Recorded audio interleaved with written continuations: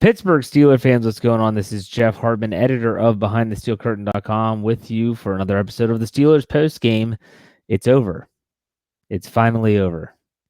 The preseason that sometimes feels like an eternity is finally over. And it's a special occasion, not just because the preseason's over, but because I'm joined by not just my normal co-host, Lance Williams, but also Dave Schofield is joining us for tonight. We weren't sure if Lance was going to be able to join us, so we had plan B prepared. They're all here. We're all having fun. Lance, how's it going out on the West Coast?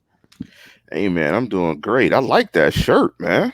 Oh, you like that, huh? Yeah, it's nice. The little dry fit Nike Yes, Pittsburgh sir. Pirate. Yes, sir. Look at you. Look at you. All right, Dave, how are you doing this fine evening here on the East Coast? I'll be honest with you. I'm tired after watching the end of that game. That was enough to put anybody to sleep there at the end if you're wanting to see the Steelers produce any kind of offense. You know, it's crazy because most of the time people will say, and I talked to a lot of my coworkers today, and said, "Oh, the fourth preseason game is useless." It is and it isn't. It's useless for people like Ben Roethlisberger and James Conner and the starters that were in street clothes, basically just probably jacking around on the sideline. But for the players that are fighting for a roster spot, it's not useless. They need this time, and I think that a lot of, maybe not a lot, but there was definitely some roster spots made and roster spots lost in this Week 4 game against the Carolina Panthers. So I'm going to go ahead and I'm going to state the obvious. And they've already been talking about it in the live chat. The live chat's going crazy already. Before we went on the air, they were going crazy. And that is that, Lance, you said this 2 weeks ago, and I said, let's pump the brakes.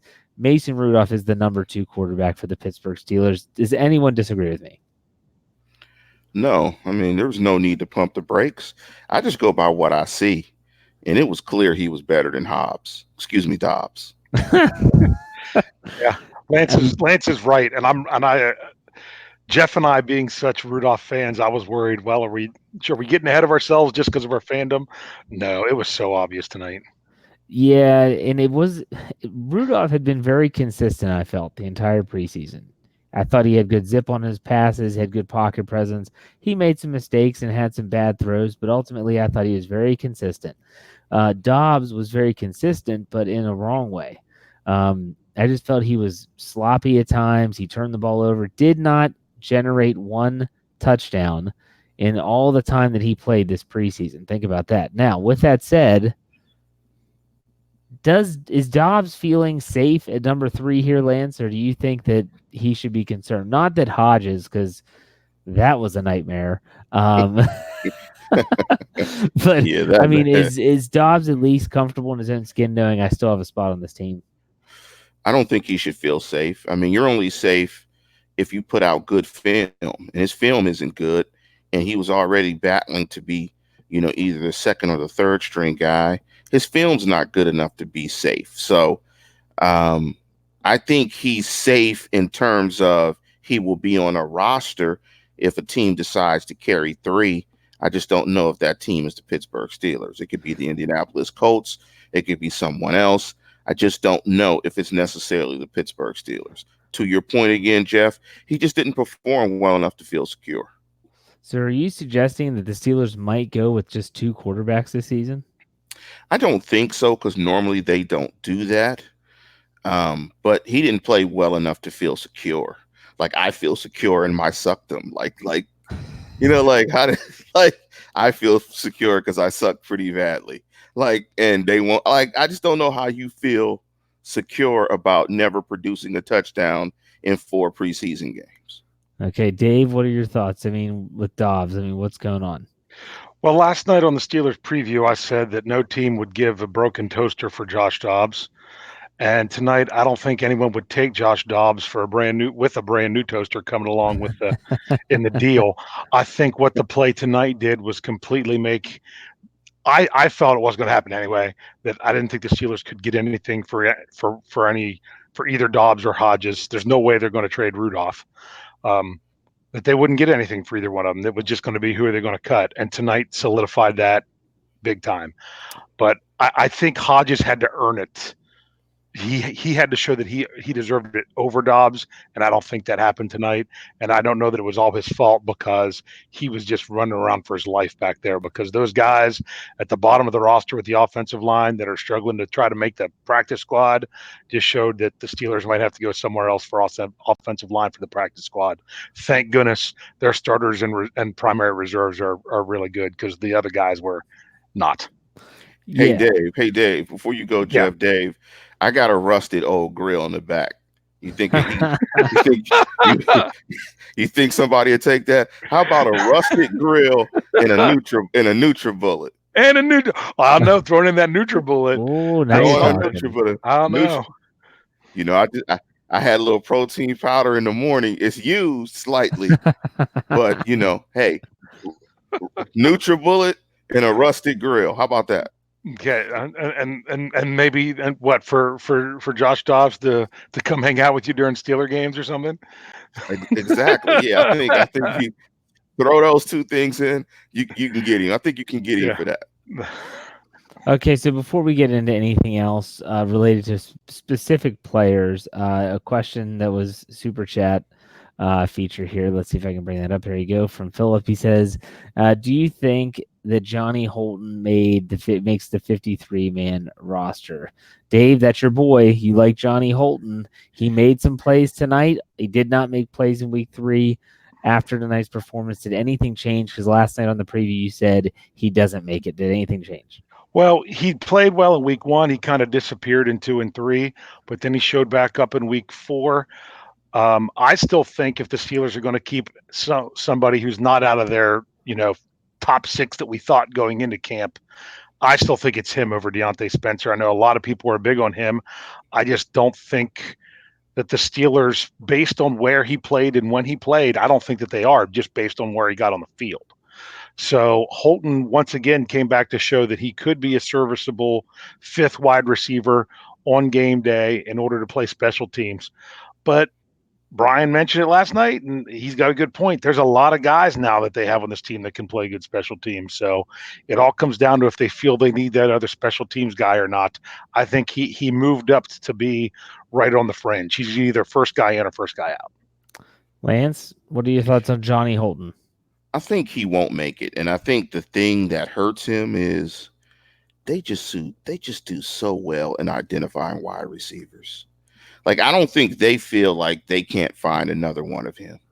I mean, they look at the guys that they have on this roster. I mean, they are loaded at the position, and they find guys every single year. They lose them. They go to other teams. They play well. They get new guys. I mean, so they feel that they can develop that position. So I just think he's not going to even be a practice squad player. I just think they're so good at it that, you know, a wide receiver is a wide receiver. They find him, they coach him, they churn him out. He's just one of many. Well, let's talk about the wide receivers for a second, other than Holton, because I think that was a position that I think that everyone assumed we knew the 6 players that were going to make the team. I'm not so sure those 6 players are going to make the team. Okay, so your locks for the roster are obviously Smith-Schuster, Moncrief. We'll say Deontay Johnson. I think he makes the roster no matter what because when he's healthy, he looks really good. He was their second pick. They're not going to cut exactly him. There you go. James Washington's a lock to make the roster, so at least 2 spots. Everyone always assumed it's Eli Rogers and Ryan Switzer. I'm not sold on both of these guys making the team anymore, but the question is, if one of them goes, which one is it, Lance? Unfortunately, it's probably going to be Eli Rogers. I think Switzer's going to make it. I think Switzer's relationship with Ben, as well as his return ability, he can do multiple things. Swiss Army knife. They put him in the backfield as a sidecar back guy. That he's a gadget guy, kind of, sort of. He makes the squad. I think Rogers would be the odd man out. So, do you think they keep 5, or do you think they keep someone else? I think they keep 6. So, who do they keep? If they're not, I think they keep Rogers. I think they keep Rogers. I think they go with the 6 veteran guys. Didn't you just say that you would cut Rogers? No, if they keep 6. Okay, so you're saying if they keep 6. I gotcha. They keep 6. They keep Switzer and Rogers. Dave, do you disagree? Do you think there's any way that one of those two doesn't make the team even if they keep 6? I think that Switzer's in. I mean, I don't have him as a lock, but I have him as the number one guy that's not a lock. And then it really comes down to how they want to fill out that roster. I think Lance is right with the Johnny Holton thing that if he does not make it as one of the 6, there's no need for them to keep him on the practice squad because he'd be more of a special teamer than a receiver. And you're better off having, you don't need special teams guys on the practice squad. You want your receivers on the practice squad. So it could very well just be those 6. I think it comes down to Rodgers or Holton at this point because I didn't see enough of Spencer tonight. I know he had a couple catches late at the very end, but that's the only time he really got into the game. I don't think they had him. No, because they had Deontay Johnson returning punts. I don't think Spencer returned any punts. So I just Eli Rogers returned a punt. Eli Rogers even got to return a punt. Yeah. So that's why I think, based on how they played him tonight, that it's not Spencer. Big fan of Lance. Philip gives $2 in the tip jar. Says much love and respect. Look a little clean shaven tonight, Lance. You shave? I know. You shave a little bit? Yeah. The barber kind of messed up, so I had to. I just figured I'd take the 2 weeks. You need to go to a barber. Lance. But hey, you go to a barber with a bunch of Raiders fans, right? Well, yeah, they're all Raider fans. Lance. They all dislike Antonio Brown already. Like he hasn't played one game, and they all dislike him.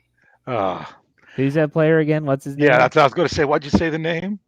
Oh, I'm sorry, Mr. 3rd and 5th. Lance, I understand going to the barber shop to get your hair cut, but when it comes to the face, just handle it yourself. No one cares. No one cares more about your face than you do. So you're going to take better care of it than anybody else. Yeah, just they can do the special stuff, and anyway, it'll take me about 3 weeks, and I'll be back.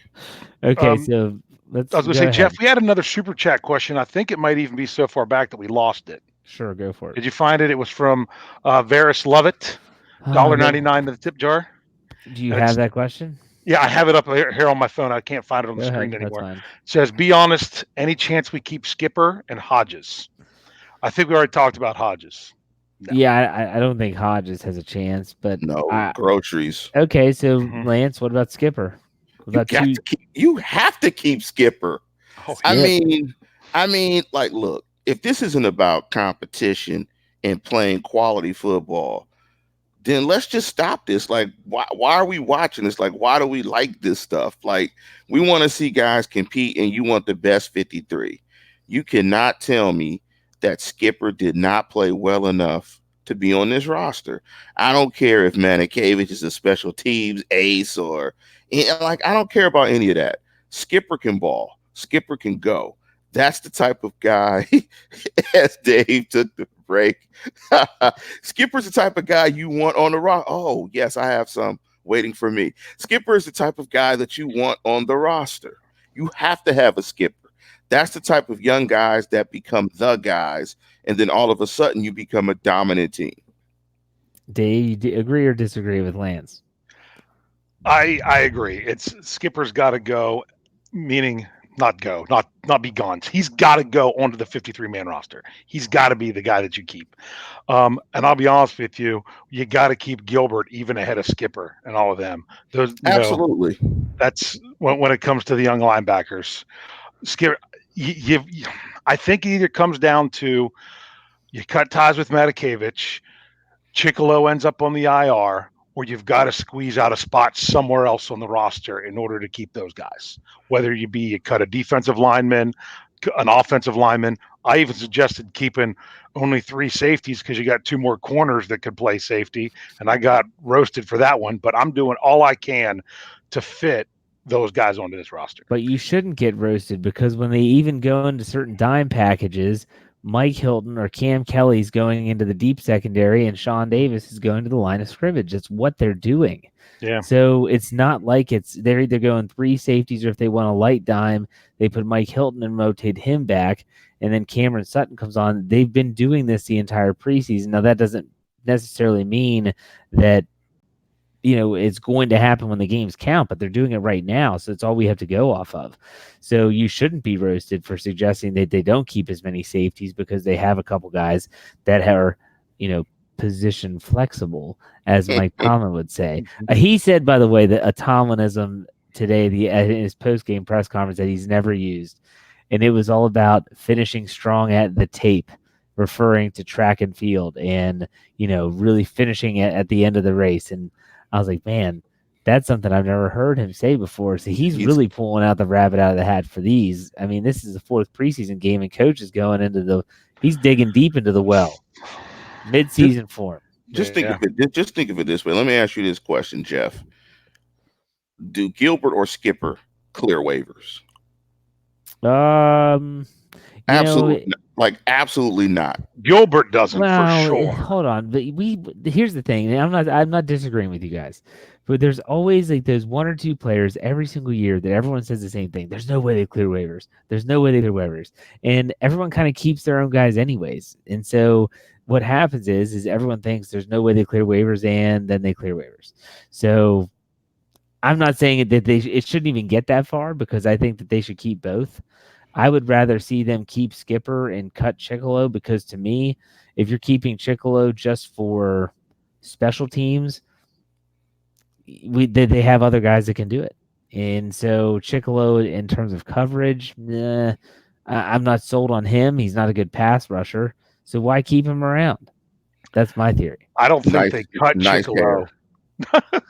He has nice hair. He has nice hair. Yeah, I don't think they cut Chicolo. If anything, they put him on the IR because he's been dinged up so much. I don't think they completely cut ties because they wouldn't save enough money with his new contract. They might save $2 million, but they carry an extra $2 million dead money into next year or something like that. I don't know. I'd have to go back and check for sure.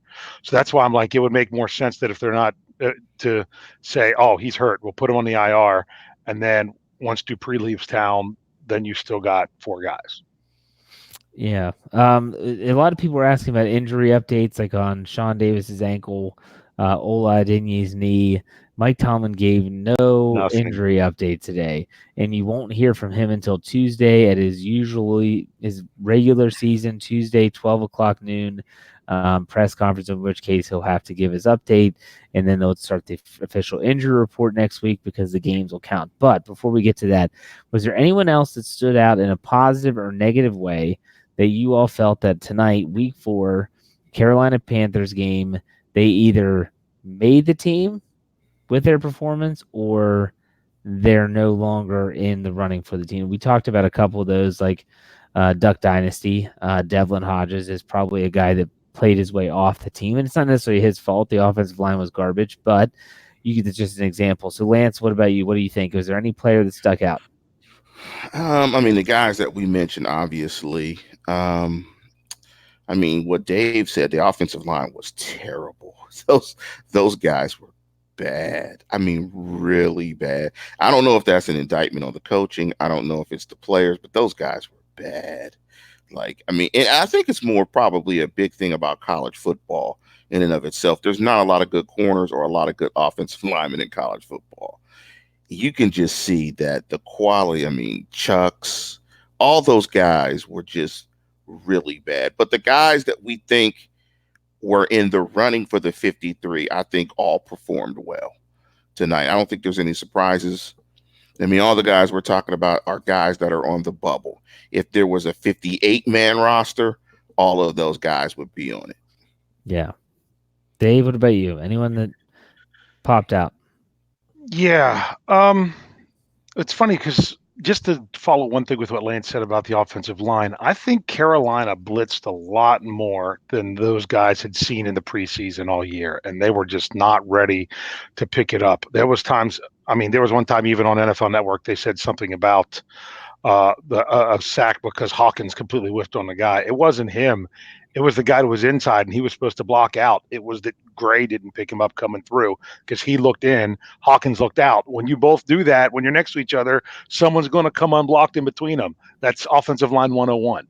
So it looked like the rest of the offensive line was blocking out, and one guy got stuck with the guy to the inside. So there's just a lot of work to be done there. moving on. Isaiah Buggs, Big Pooh. I think that he did pretty well tonight. Hey, it's the name. I'm I sorry. know That's his it is. nickname. I It's know. Big Pooh. Okay, he did not look like a bunch of Big Pooh tonight. I thought he looked he was a solid Big Pooh. Um, and that I feel that as long as they're keeping 6 defensive linemen like they have in the past, that he then solidified a spot on the team.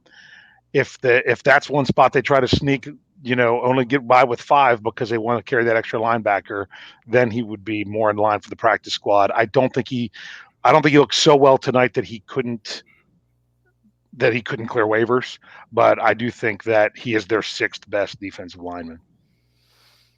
For me, it was I just can't get over the fact that how I just thought Joshua Dobbs played like pure garbage. And he was playing with backups. I get that, but I just was expecting him to put up a little bit better of a shot, like it's your last chance to prove something.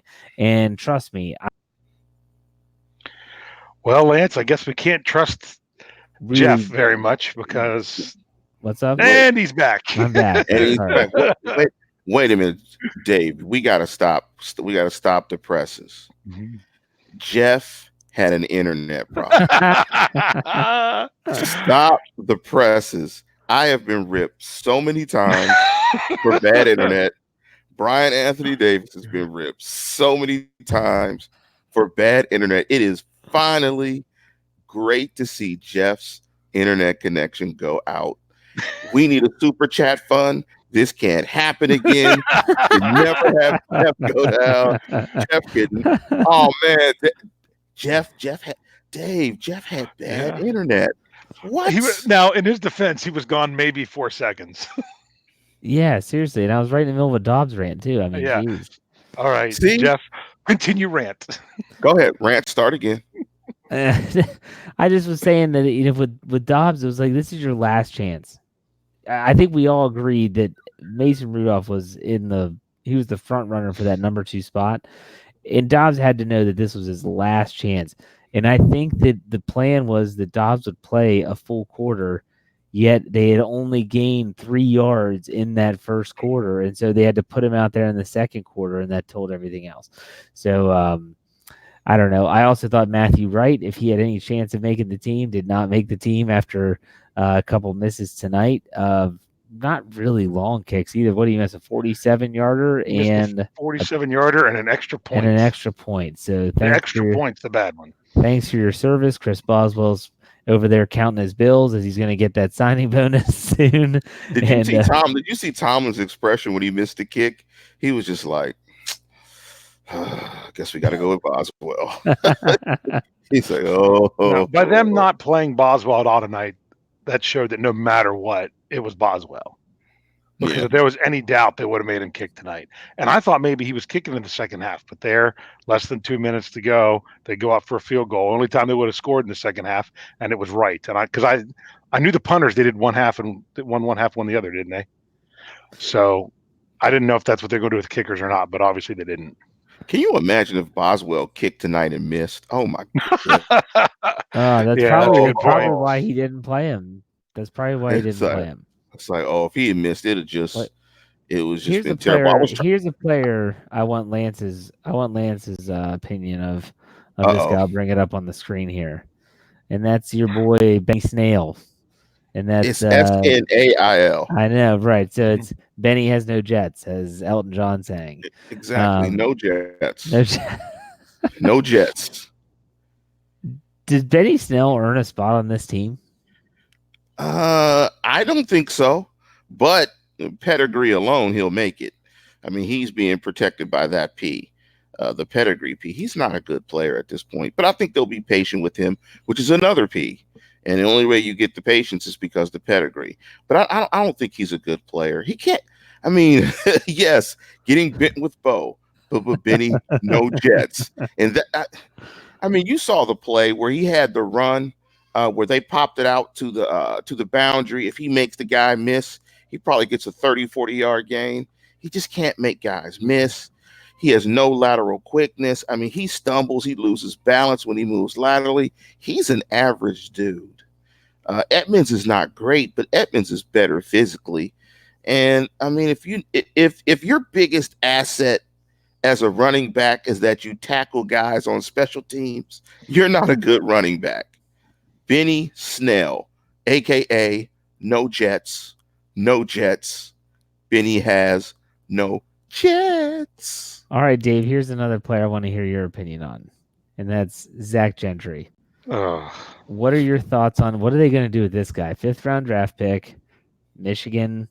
He did catch a touchdown pass in week 1, I think. Yes. But other than that, he gave up the 1 interception because if it wasn't for him, fumbling around and keeping it off the ground somehow, not even trying to, they wouldn't have even had that. My biggest concern with Gentry was I was in the middle of typing something to you guys at one point in a text, and I said, I'm not even going to bother to say our tight ends can't block. Beyond Vance McDonald, obviously didn't play tonight. And Grimble wasn't out there either, was he? I didn't see him at all. If he was, it wasn't for very long. Yeah. Beyond that, they can't block. And Gentry, there was times where there was pressure in the first half that you could see. They're like, oh, that came off the end. Gentry just released. He didn't.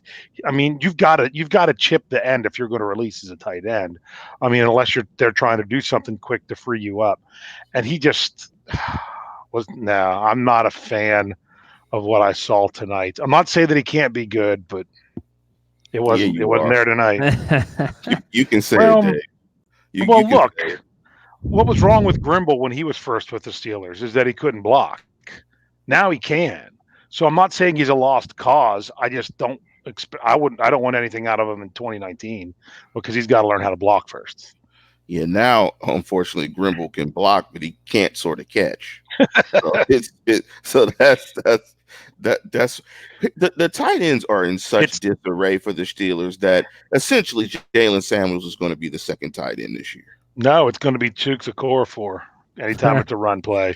He's coming in. If they're going to run, they're bringing in Chooks. They'll never throw him the ball. He'll never go out in the pass pattern, but he'll at least block. So maybe. Yeah. So, Lance, this is a question I asked the guys last night on the preview. I wanted to get your opinion of it, and that is that with the preseason now officially over. Thank you. Yeah, the Steelers, though, have their deadline as Sunday night to get any player signed to new contracts. And the big name is Joe Hayden. We've waited this long. I didn't think we'd have to wait this long, but here we are. Do they get a deal done, Lance? Yay or nay? No. Really? If you got to wait this long, it ain't happening. I mean, what's the saying? Or get off the pot? Yep. I mean, I don't think it's happening. I mean, I don't know how they bring in a tight end though without doing it. There's no. I don't know how else they free up that much space. I just don't think they're going to do it. I mean, I think the thing that concerns me the most about Hayden is that he gets nicked. I mean, he consistently gets nicked. So I just don't think they're going to do it. I think they're going to move in a different direction next year and probably address that position again in the draft. I just don't think they're going to put those assets there. And if they don't, I would not mind because they need to sign Hargrave. They have to sign him next year. So if that money doesn't go to Hayden and it goes to him, they need to sign the big boy up front. So is he your priority player out of all of them? Yes, he's the best of that class. He's better than Sean Davis, any of those other guys that are going to be unrestricted free agents. They need to keep him in because a nose guard, essentially, that can get you 6.5 to 7 sacks, he's going to get paid a lot of money because he can play in a 2-man front. He can play a 3-man front. He can play in subs because he gets pressure. You have to sign that guy. You can't develop him and let him walk out the door. So if that means sacrificing an older corner, so be it. Okay, Dave and Lance, I want to ask you guys this question. Now that the preseason is officially concluded, what are your thoughts on Artie Burns going into the regular season? Did he show you enough to say he's good, experienced backup, that if someone were to get injured, can come in, you can expect a Cody Sensabaugh level of play, or is it still this guy is a dumpster fire waiting to be ignited? Dave, go ahead and answer that first. I like him being in the number 3 role. I think he played very well all preseason. I liked where he was and where he was to make plays tonight, the times that I noticed him. I just am extremely happy that I don't have to question that going into week 1. Oh, man, is this guy going to be able to show that he can be the number 2 corner whenever we need him to be, because he's going to be on the field all the time. I like him at that number 3. Let him come in and just see if he can flash in the little bit of time that they need to use him. But I feel much better about Artie Burns, not just because of his play, but because of the role he'll have this year versus last year. Lance, thoughts? Yeah, I don't disagree. I mean, I think he started a bunch of games. I mean, he's a guy that's been through the ups and downs of playing professional corner. He's a professional. He's been through it all. He's been the ups, the downs, everything. He's been in the defense for years. He's a former first round draft pick. He has talent. He has speed. He has size. I like Artie Burns as a third corner, and I thought he played very well in this preseason. So he is a nice luxury to have, in my opinion. If either outside corners go down, I think he can play 3 to 4 games and you'd be okay. Yeah. So it's definitely interesting to see where the Steelers are as they move away from the preseason and into the regular season. Just to give you a little bit of an update, the injuries that you want to keep your eye on. Clearly, we have Joe Hayden, who is still nursing his foot. He said he was about 90% prior to this game. He said he should be fine for the Patriots game.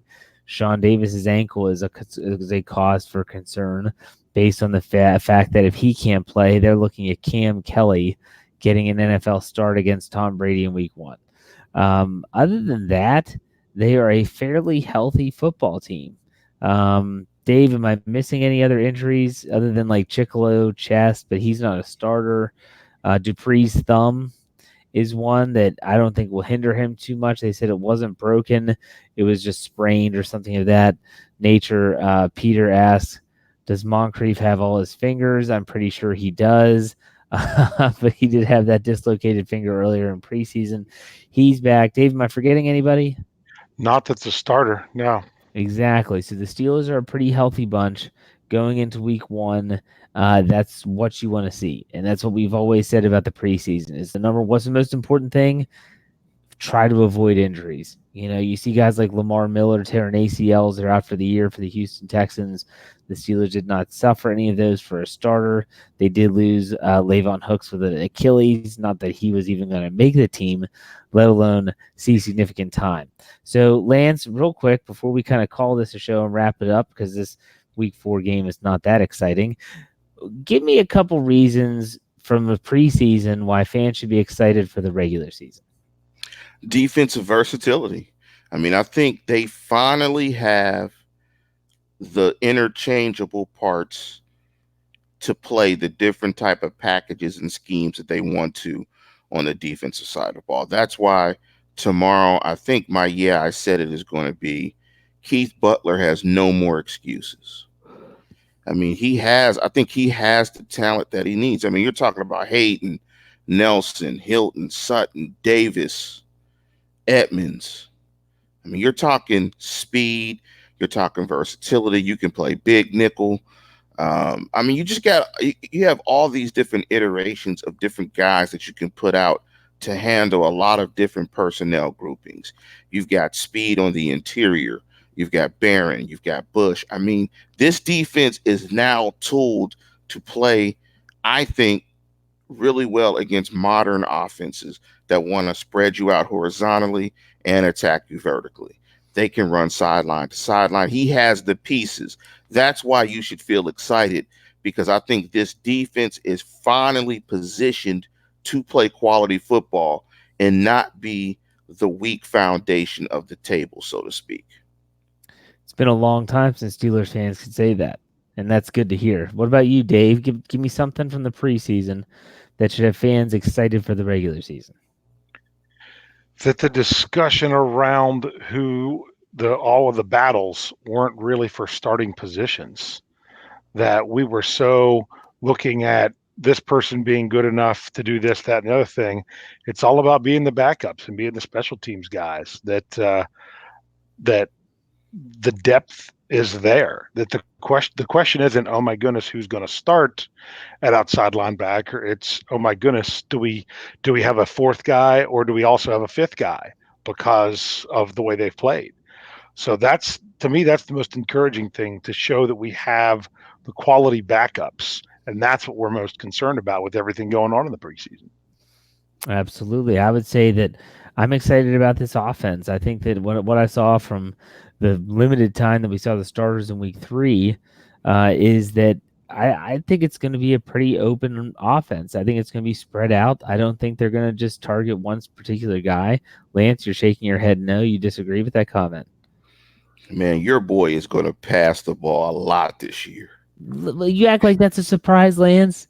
I preach balance all the time, but that doesn't mean they listen to me. It feels like 70-30 this year. I disagree. I disagree with that. I think that you're going to see James Conner get a lot of carries. I think what they're going to do is use a lot of short throws to be runs. They've done that, though. That's not new.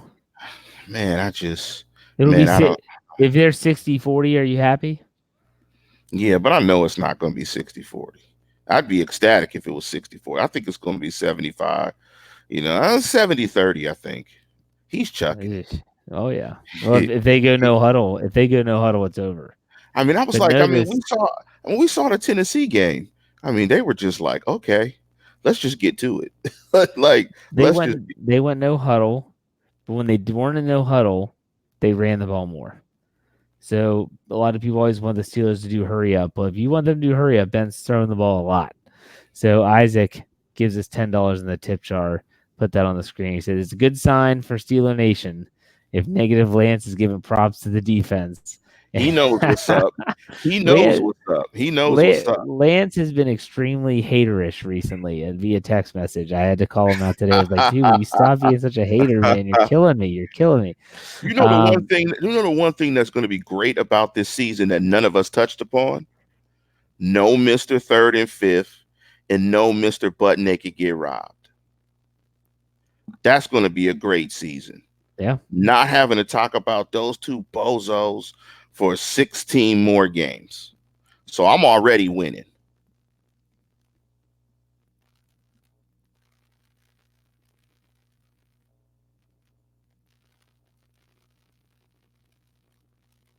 Are you still there, Dave?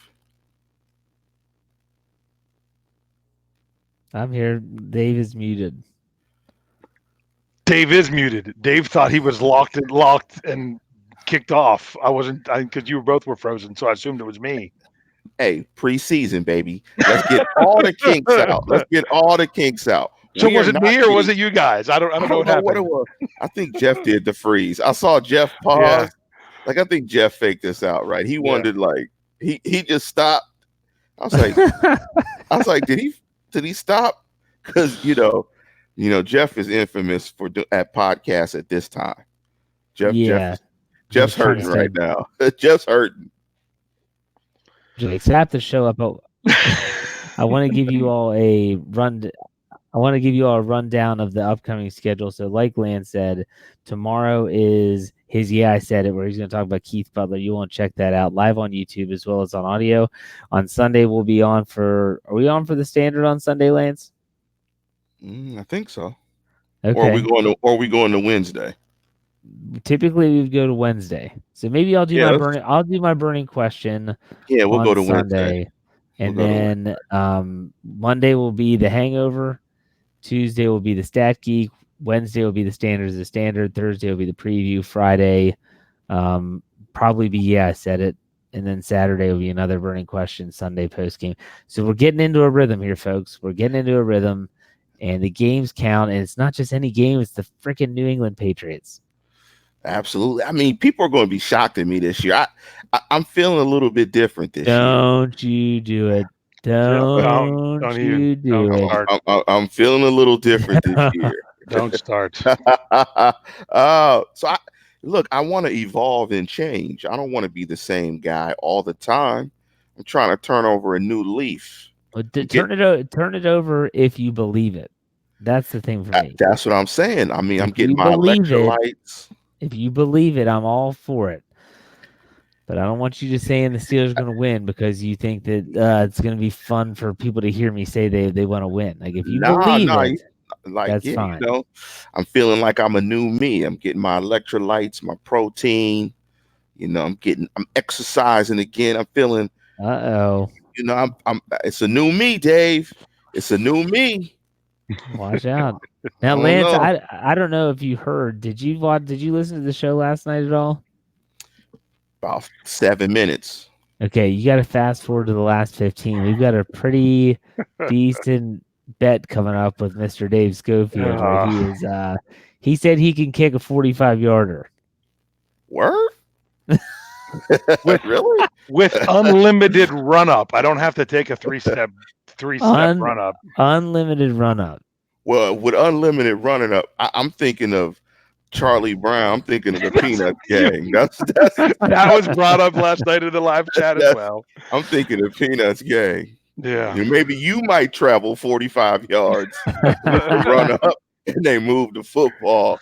I don't know if you're doing a Kerry Lloyd. I'm a bet.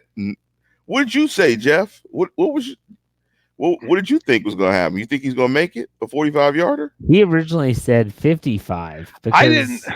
Yes, you did. Check the tape. Check the tape. I said when you're talking about unlimited run up, that's when you're even talking about guys like me that could hit a 55-yarder.